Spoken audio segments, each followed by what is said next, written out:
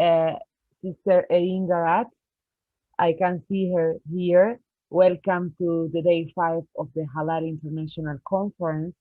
She's the founder of Salsii. It's okay how I am pronouncing? I cannot hear you. Sam?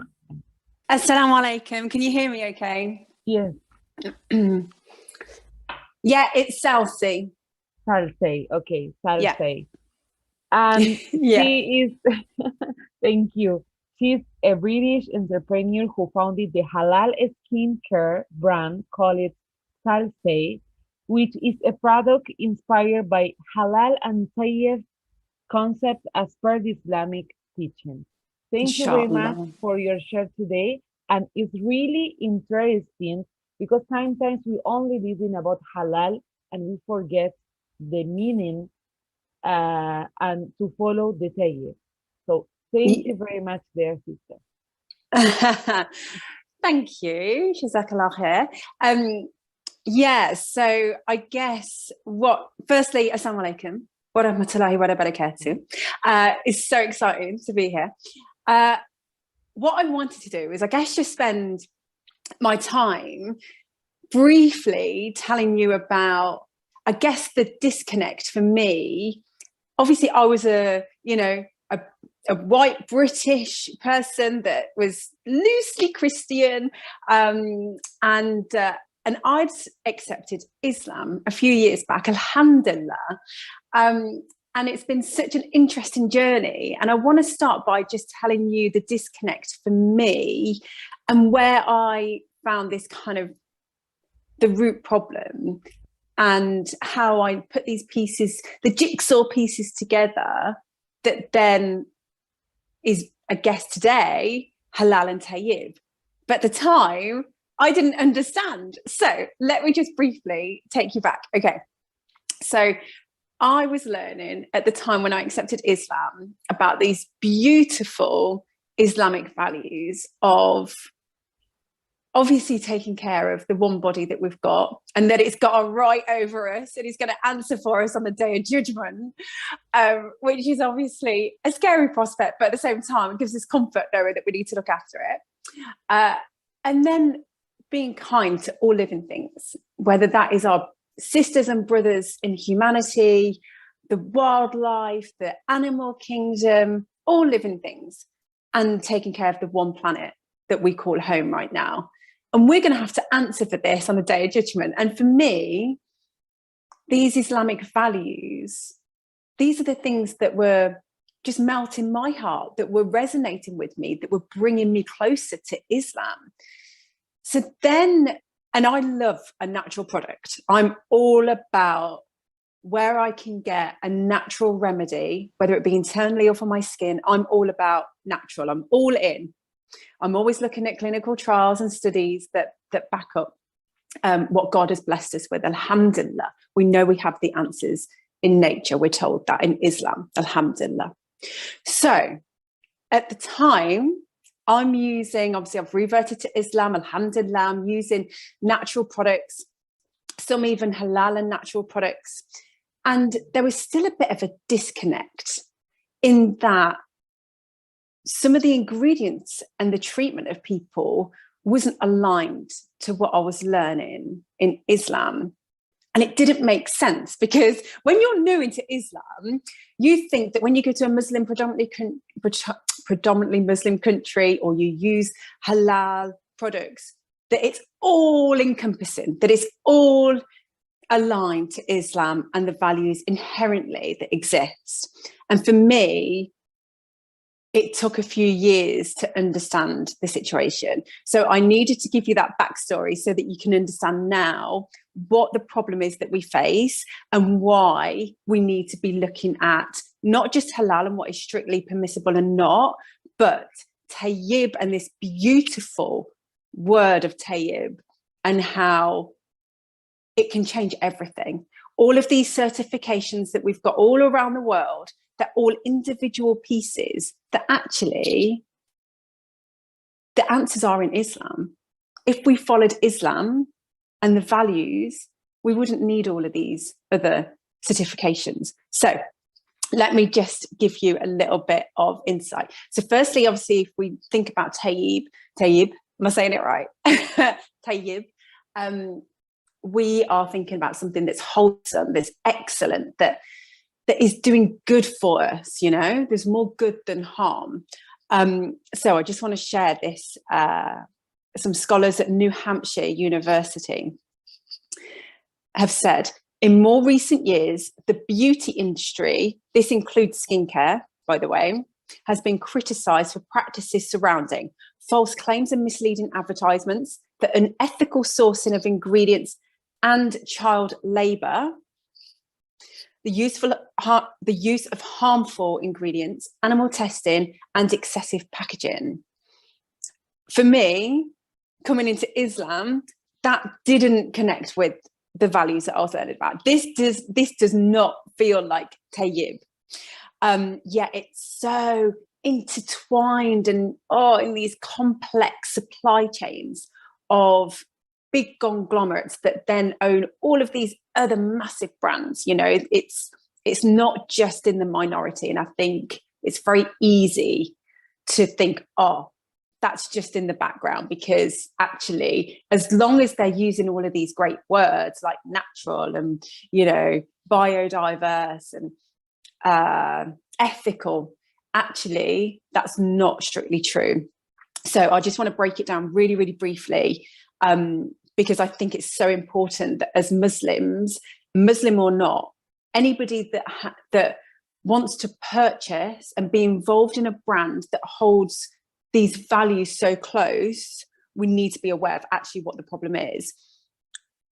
And I think what's really quite troublesome for me as well, because bear in mind, I used to have white privilege. I used to be, and I'm not proud of that, by the way, I used to be the girl that was, didn't wear hijab. I just fitted in my, British country. Now I can sense what it feels like to be classed as a minority. So as soon as I put on this hijab, I was treated differently. So what I'm going to tell you now about some of the points that I've just discussed is predominantly marginalized groups.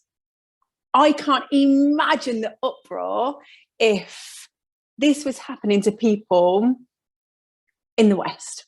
I just want to put that out there.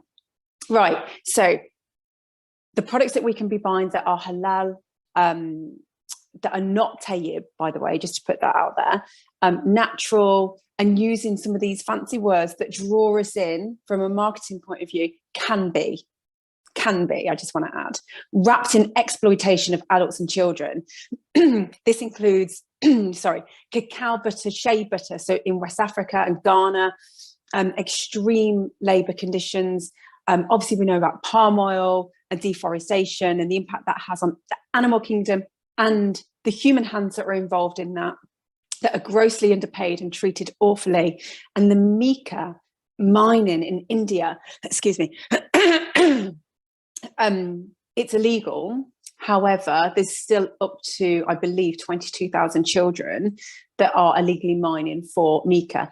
That's that like glittery, sparkly, lovely, natural product that goes into a lot of cosmetics and beauty skincare as well.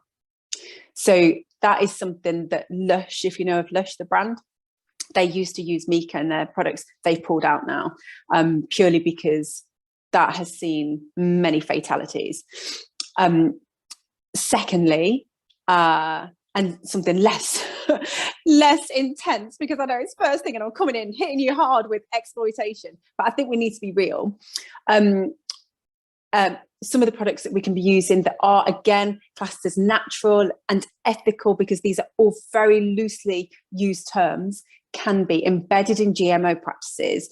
And I think this for me is quite a scary prospect, in that if we allow nature to do its thing as Allah intended, we wouldn't need the mass agriculture that's taken over, the mass GMO, because that's killing the biodiversity, the nutrients in our plants that we're either eating or putting on our skin, and it's also killing the wildlife. And apparently, and I don't know if this is in the UK or globally, but there's only about 5% of the land that is basically classed as that biodiverse category. So that can be really harmful to the people who are consuming it, putting it on our skin. Remember, some of the ingredients that we put in our skin enters our bloodstream and can affect things internally, including hormone disruptors and things like that. It's a re-engineered DNA, so it's not actually recognized from its original state. And it actually affects like the local farmers, local communities, because it gets into the water.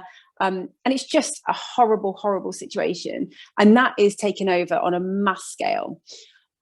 Thirdly, that, and this is the really interesting part for me, that, if you buy something that is vegan or cruelty-free, that doesn't necessarily mean it doesn't have harmful synthetics with toxins in that are damaging your skin and could potentially be getting in your bloodstream. And it doesn't mean that it's a fair treatment of people. It means cruelty-free from an animal testing perspective. It can still very much be predominantly synthetics. And also, did you know that a natural product, so, for it to be marketed natural, and I think the massive conglomerates jump on this. I know there's a lot of smaller brands that, kudos, hats off to them, because they're keeping it real and true to their values. But there's a lot of marketing and very misleading claims around natural. You only need 1% of a natural ingredient in your formulation to market it as natural. The rest doesn't need to be, which is pretty shocking, really. And then lastly, all of that and plastic. Oh my gosh, plastic is, in the grand scheme of things, looking at those other points, you'd think, well, actually, yes, that deserves to come last. And it probably does. But I think we need to be really, really conscious of what we're using if we're selling a product, because the more we sell and the more successful we become, the more we're putting these products out there. And whether it's single use or, it's going to have a life and it's recycled, it's still going to end in landfill. That's not us protecting the planet. So I think it's on us to really be aware of how we're packaging things. And I've needed to massively reduce the amount of products that I have available to put it in like a mirror and glass jar. Can you see? They're not cheap. They're really expensive. And it's not perfect because it still has a little plastic lid. Ideally, that will be something that is sustainable going forward as soon as I launch, and can actually, invest in the caps that are more sustainable. But I could have gone with a much cheaper option that would allow me to get a lot more products had I have gone for the more convenient plastic option. So that's the problem. And for me, as you can see, I'm quite passionate about it because it wasn't aligned. I was learning about Islam and how I was trying to treat people kindly and being, kind and giving and all the beautiful things that come with Islam. And yet I was seeing all of these other things that are taking place that exist, that are systemic. And I think we need a solution. And that I learned was Tayeb. So let me tell you about the years. It's taken me 4 years to get to this point, by the way. I only launched last night, Salsii, last night. So it's gone live. Alhamdulillah.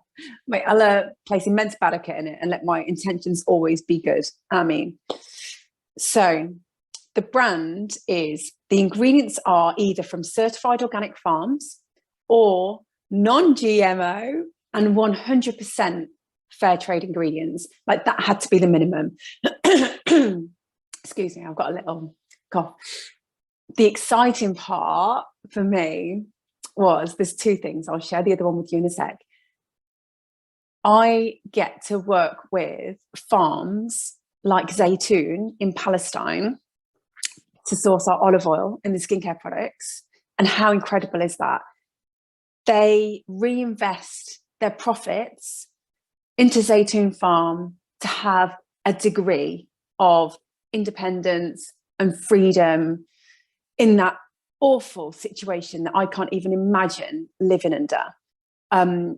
So to be able to partner with them and to play a very small part in their freedom, just alhamdulillah, it makes everything worthwhile. And there's a couple of farms that we're working with. Another one is for the desert date seed, and they reinvest into children's education and replanting of desert palm. So that's really exciting.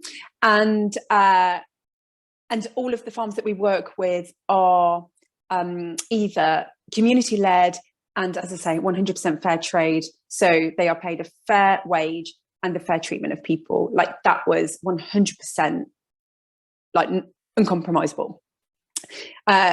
We are halal certified and Tayeb. So the EU halal body, when I first spoke to the sheikh, I hope I've said that right, was assessing the Tayeb aspect. And this was a couple of years ago. And for me, I was like, oh my gosh, you know, this is amazing, that because I believe there's different criteria across different halal bodies. So knowing that it falls into that category gives me so much comfort to then talk to my customers about it. As I say, the packaging is in mirror and glass, which can obviously, I mean, how gorgeous is that? That's just a little mini trial size, but you can put a little like a little flower or stuff. We put aloe vera in this and just put it on the babies. So invested in that can be upcycled. And lastly, and this is what I'm going to finish on, take a breather. My initial motivation for starting Salsii was I'd reverted to Islam, alhamdulillah, and I could see all these people around me that, gosh, they were like doing so much for their community. They were well respected for giving their time and energy. There was people that were reading Quran, that were learning Arabic. And I thought, oh my gosh, my starting point is really good. Like, my sins are wiped clean, alhamdulillah. But what am I doing? Like, I wasn't, like, what was my starting point? How could I then build my relationship with my creator that had handpicked me to be a Muslim? I needed to kind of give something back, surely. So that's why I started Salsii, because what I'm going to do for each and every product, so the full-size products, I'm going to plant a tree in Zaytun Farm in Palestine in that customer's name, inshallah. So it's kind of full cycle. We're then using their olive oil, and we're then giving it back and planting a tree for future generations, inshallah. And then sadaqah for the customer and us, inshallah. And for the items outside of that, I'm donating like a percentage of the profit share that will go, inshallah, that will go to Muslim communities and marginalised groups globally that we know are massively targeted, that just goes underrepresented and doesn't make the mainstream media. So yes, that's my motivation and that's my story. So come and help me spread the word of halal and tayyib and the importance of it. I'm starting out, I launched last night. So I need you to support me, to help me, to get the word out there. Come and visit the site, salsii.com, SALSII. If you can't buy, don't worry. The rizq is set for Salsii. But if you can just make dua and share with anybody that shares that same passion, it would mean the world to me. And that's it. That is such a great effort, Miss Erin, and of course, we will gladly try to promote and make your product more visible online. So I think after this, if you have some free time, you just WhatsApp to me the details of your products. I will paste it at the chat link here, and then I hope that this is just a beginning, because we want to connect all of us here, the participants, as well as the speakers, so that we can actively engage between the participants as well as the speakers. And not only that, you have shown a very good example that you have engaged on the very much needy target groups like the Palestinians and others also need not necessarily be Muslims, but it may also be Muslims and non-Muslims who are underprivileged. And when you connect to them, you are actually giving them a second opportunity, and it is something sustainable. And I really love about your concept of fair trade, GMO free, and all these values. We know that it may be relevant. In Malaysia, we call it Maqasid Syariah. Maqasid Syariah means it brings all the greatest values that the Quran and our Prophet Sunnah taught. So I think your product stands a great chance for further expansion and Sharia compliance. I think now I have got to give the session to Sister Amal because I'm having some voice problems too. I'm having a cold. Okay, Sister Amal. Thank you so much, and Jazakallah khair. Really appreciate it. And yes, of course, I'll send you some information. Thank you. Barakallah fik, Sister Erin. Thank you very much for